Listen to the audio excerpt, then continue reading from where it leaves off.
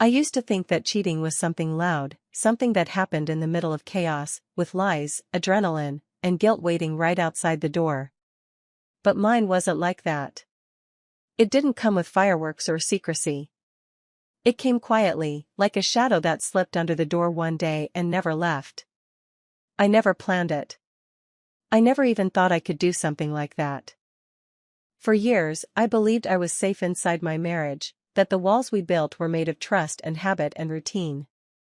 We woke up at the same time, brushed our teeth side by side, made coffee in silence, kissed before leaving the house. Nothing was wrong, but nothing felt right anymore either. It was a life that functioned perfectly on the outside. And yet, something inside me had gone completely still. I used to look at him, my husband, and try to remember when his touch used to make me feel something. Now it felt like touching a memory. He didn't notice, of course. Maybe he did, and he just didn't want to face it. We were two people living carefully, politely, next to each other. Not because we stopped loving, but because we got used to not feeling. And then, months later, a stranger's smile brought it all back. The warmth, the tension, the sudden heartbeat that reminded me I was still alive. It didn't feel like a choice. It felt like a memory waking up. That's how it began. Not with desire. Not with betrayal. With the simple, terrifying realization that I had been invisible for far too long. And someone finally looked at me. My husband's name is Daniel. We've been married for 8 years, long enough to memorize each other's habits, short enough to still pretend that routine means stability. Every morning, he leaves the house at 7:30. He takes his coffee black, never finishes his toast, and always forgets his keys somewhere near the sink. I still remind him, out of reflex. He still smiles, out of reflex.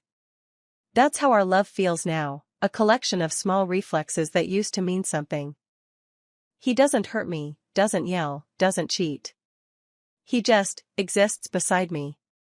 We talk about bills, about dinner, about the neighbor's dog. We don't talk about us anymore. Sometimes, I catch him looking at me like he's trying to remember something too. The version of me that laughed too loudly. The woman who used to run barefoot through summer rain. The one he fell in love with before everything got so quiet. We sleep in the same bed, but I can't remember the last time I reached for his hand. It's not that I don't love him. It's that I've forgotten how to feel that love. There's a silence between us now. Not an argument, not anger, just stillness. And every night, it feels like we're both waiting for the other to say something. To break it. But no one ever does. Maybe that's why, when someone finally did look at me, really looked at me, I couldn't look away. It happened on a Tuesday, the kind of ordinary day that usually disappears into the rest. I was at work, half listening to a meeting, scrolling through emails I didn't care about. That's when he walked in. His name was Michael, a contractor hired to help with a new project. I remember thinking nothing of him at first. Just another person passing through my week. Someone I'd forget about by the weekend. But then he spoke. His voice was calm, low, patient, the kind that fills a room without needing to be loud. And when he smiled, something strange happened. It wasn't attraction. Not yet. It was recognition. Like I'd heard that tone, seen that expression, somewhere before. He asked if I could send him the updated files. I did, and our fingers brushed for a second when he handed me his flash drive. It was nothing. Completely innocent. But my heart reacted as if I'd done something wrong. That night, while brushing my teeth next to Daniel, I caught myself thinking about the way Michael laughed at something I said. A small laugh, unforced, genuine. And I realized I hadn't heard that kind of laughter in my house for years. I told myself it was nothing. People meet, people connect. It didn't mean anything. But deep down, I already knew. It meant something. I just didn't want to name it yet. Over the next few weeks, I saw him more often. Sometimes in the hallway, sometimes in the break room, sometimes just a flash of his reflection in the office glass. Each time, something inside me paused, a strange, quiet ache I couldn't explain. It wasn't about how he looked. He wasn't particularly handsome. But there was something in the way he moved, slow, deliberate, unhurried. That reminded me of Daniel. Not the Daniel I lived with now, but the Daniel I used to know. The one who would pull me close in the middle of cooking just to kiss the back of my neck. The one who'd talk about dreams and stupid plans that never happened. The one who still believed that love could last forever. Michael had that same warmth, that same stillness in his eyes when he listened. He asked questions and actually waited for the answers.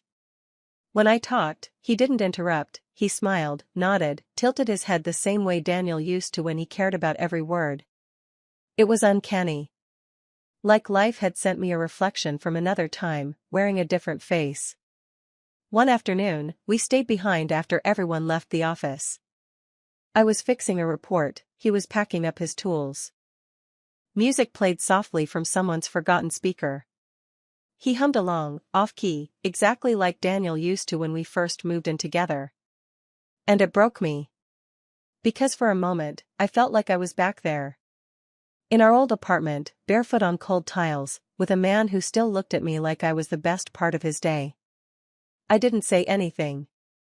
I couldn't. Instead, I laughed at something he said, too softly, too personally. And when he looked up, our eyes met just long enough for me to realize how dangerous this was becoming. That night, I lay in bed beside my husband, listening to his breathing. Steady. Familiar. And all I could think about was how another man's silence sounded almost the same. Only gentler. It started with small things. A message about a project, a quick reply, a shared joke about our boss. Nothing unusual. Nothing that would raise a single eyebrow. At least, that's what I told myself. But soon, I found myself checking my phone more often. Refreshing my inbox for no reason. Feeling a strange flutter in my chest whenever his name appeared on the screen. Sometimes, he'd write late at night. A simple "still awake?" or "can I ask you something about the report?" I always answered. Not because I had to, but because I wanted to. His messages weren't flirty or inappropriate. They were simple, ordinary, polite.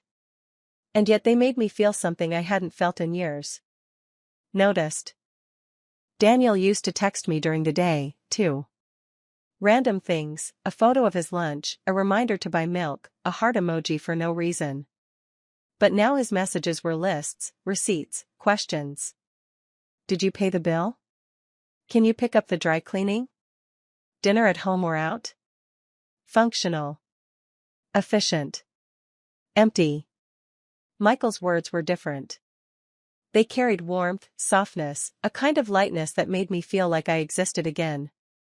Like someone saw me, even through a screen. I started wearing lipstick again. Subtle, nothing bold, just enough to feel awake. I told myself it was for me. But deep down, I knew it wasn't. At night, I'd lie next to Daniel, his back turned to me. And scroll through my messages, reading the last thing Michael wrote. Don't stay up too late. You look tired lately. It was such a simple sentence. But it felt like someone had finally noticed that I was still human. I told myself it was innocent. It wasn't. Not anymore. It happened by accident, or at least, that's what I told myself. I left the office late that evening, tired, numb, carrying my laptop bag like a weight I didn't remember picking up. The air outside was heavy with that gray kind of rain that never fully falls.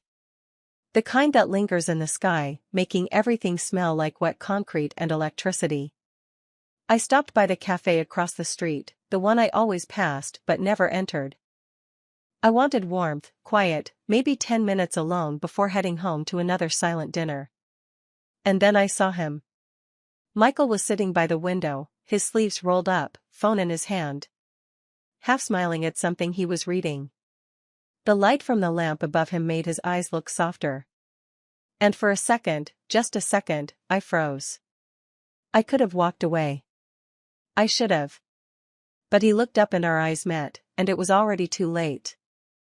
He waved me over, that casual, easy gesture that somehow carried the weight of 1,000 thoughts. I didn't think you were still in the office, he said when I sat down. I wasn't, I replied. I just didn't want to go home yet. He nodded, the kind of nod that says I get it, without asking anything else. We talked for hours, or maybe it just felt that way.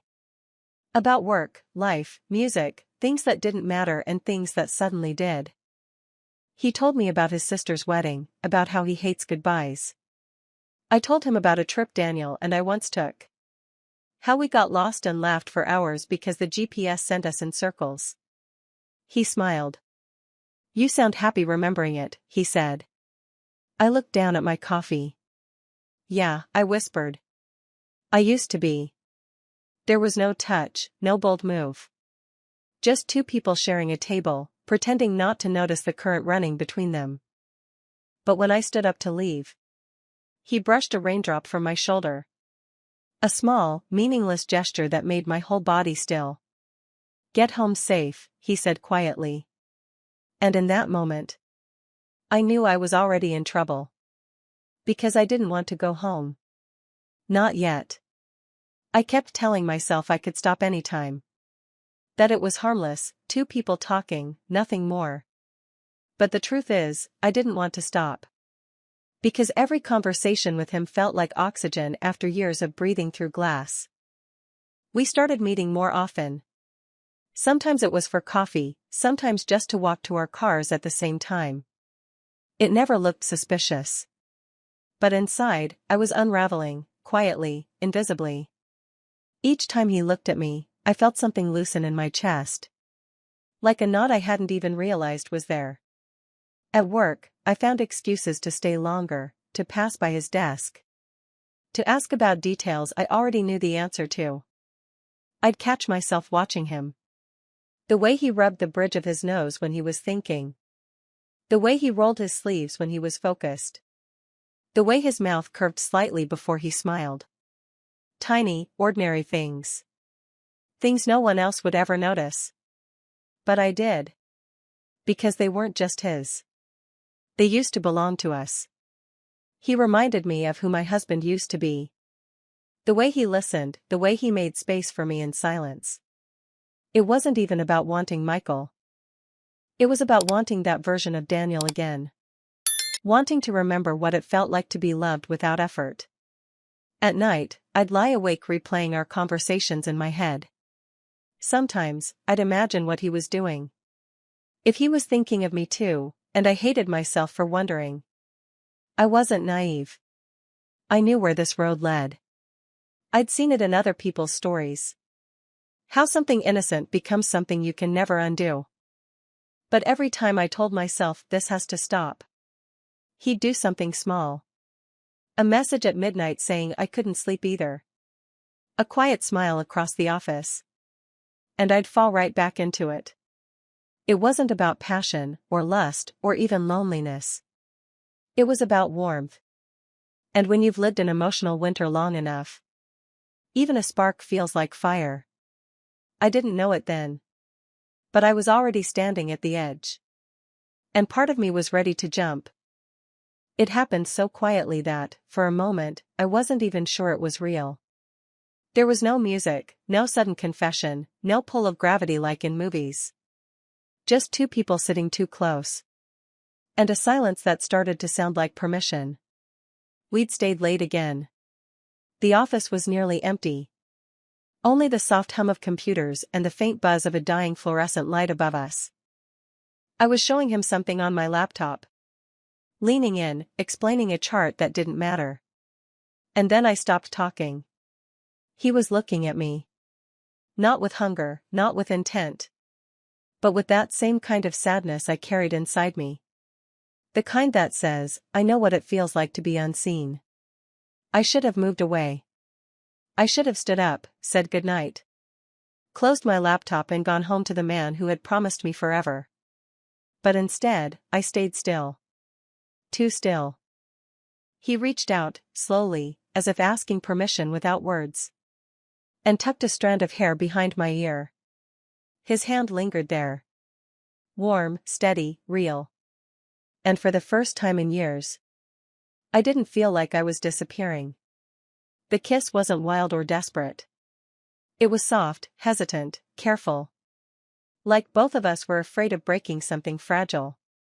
It didn't taste like passion. It tasted like memory. Like the echo of a life I once had. When it ended, I didn't cry. I didn't say a word. We just sat there. The sound of rain tapping against the windows. Our breaths uneven. The air between us heavier than it had ever been. He whispered, "I'm sorry." And I almost said, "Me too."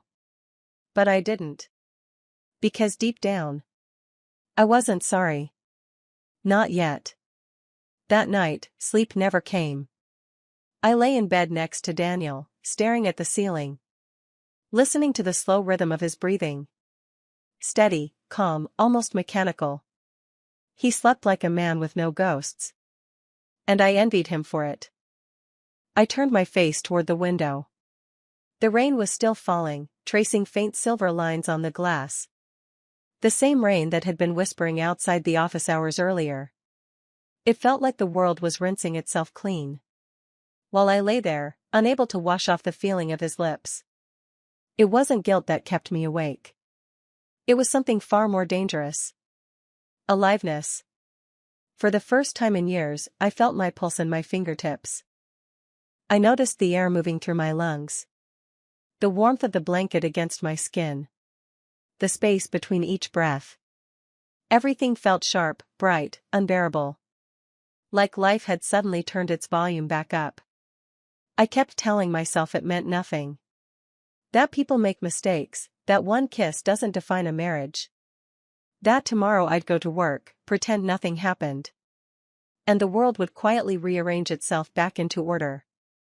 But the more I tried to lie to myself, the more the truth pressed against my ribs. It did mean something. Not because I wanted him. But because, for a moment, I remembered what it was like. To be touched with tenderness. I rolled onto my side, looking at Daniel's back.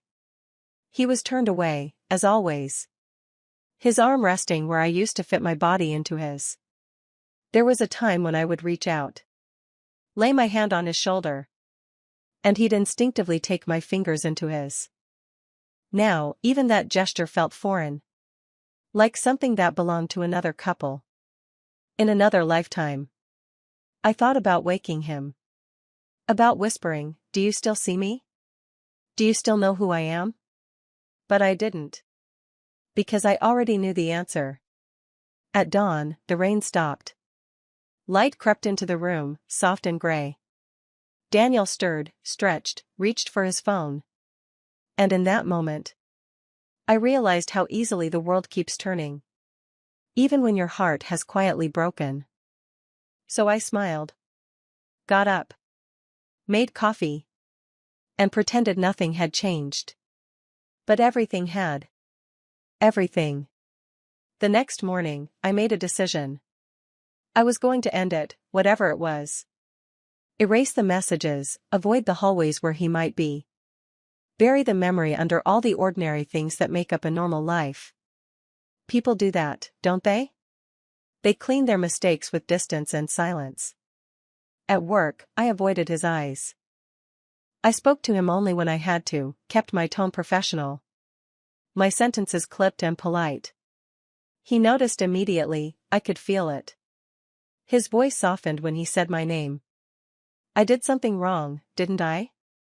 I shook my head, smiled too quickly, lied too easily. No, everything's fine.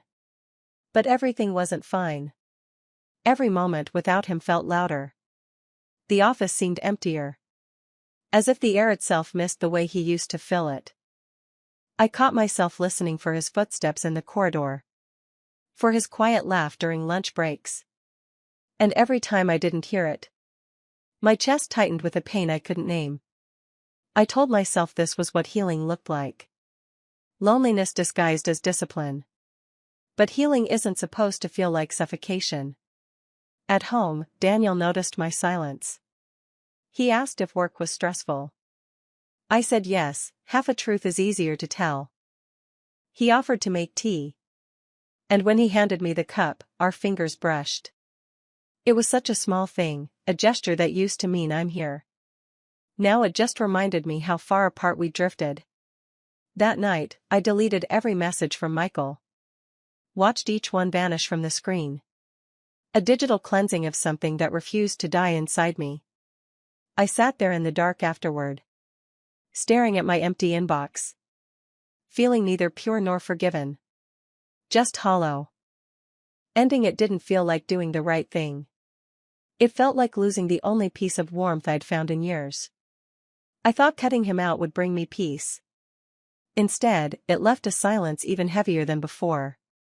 And deep down, I knew I hadn't really ended anything. I'd only pressed pause on a truth that was still waiting to be heard. Daniel noticed before I was ready for him to. It was in the small things, the way I drifted during conversations. The way I stared too long at nothing. The way my laughter sounded like I was remembering something instead of reacting to it. One night, he put down his fork at dinner and just looked at me. Really looked, like he was trying to find the woman he married. Somewhere behind my tired smile and the careful way I avoided his eyes. "You're distant lately," he said quietly. Did I do something? I froze. The question hung between us like smoke, slowly filling the room until it was hard to breathe. I wanted to tell him everything, the coffee, the messages, the kiss that still burned on my skin. I wanted to say, "You didn't do anything. That's the problem. You stopped doing anything at all." But the words stuck in my throat, sharp and heavy. So I lied. I told him I was just tired, that work had been difficult. That maybe I needed a weekend away to clear my head. He nodded, trying to believe me, trying not to see the cracks. But his eyes, they told me he already knew. Not the details, not the name, but the truth that lived beneath the silence. After dinner, he washed the dishes while I stood by the window, watching our reflections move in the dark glass. Two people pretending to still fit inside the same story. I remembered when that reflection used to make me feel safe. Now it just made me feel trapped. Later that night, I heard him sigh in his sleep. The sound of a man holding something he can't fix. And it broke me. Because I knew I'd done that to him. Not out of cruelty, but out of emptiness. I thought confessing would destroy us. But the truth is, the silence already had. Every word I didn't say was another stone in the wall between us. And by then, we were both standing on opposite sides, waiting for the courage to admit we'd already lost each other. It took me weeks to finally say it out loud, not to him, not to anyone, just to myself. I was sitting in the kitchen one morning, the house still quiet, the sun barely breaking through the blinds. Daniel had already left for work. His coffee mug was still on the counter, half full, growing cold. Like everything between us. I stared at the steam fading into the air and whispered the words I'd been running from. I cheated. It sounded smaller than I thought it would. Not explosive, not tragic, just true. And for a moment, I waited to feel something. Shame, guilt, relief, anything. But what I felt was stillness. The kind that comes after a storm has passed and the wreckage is all that's left. I didn't cheat because I stopped loving him. I cheated because somewhere along the way, I stopped being seen. Because I was tired of being a memory inside my own life. Because I missed the version of myself that used to feel alive. Michael wasn't the cause, he was the mirror. He reminded me of what I'd lost long before he ever touched me. And in his reflection, I saw the truth I'd been avoiding for years. That love can survive on paper long after it dies in the heart. When Daniel came home that night, I made dinner like always. We ate in silence, the kind that had become our language. He thanked me, kissed my forehead, told me goodnight. And as I watched him walk away, I realized there was nothing left to confess that he didn't already know. So yes, I cheated. But not on him. I cheated on the life that forgot how to feel. And maybe that's the part I'll never forgive myself for.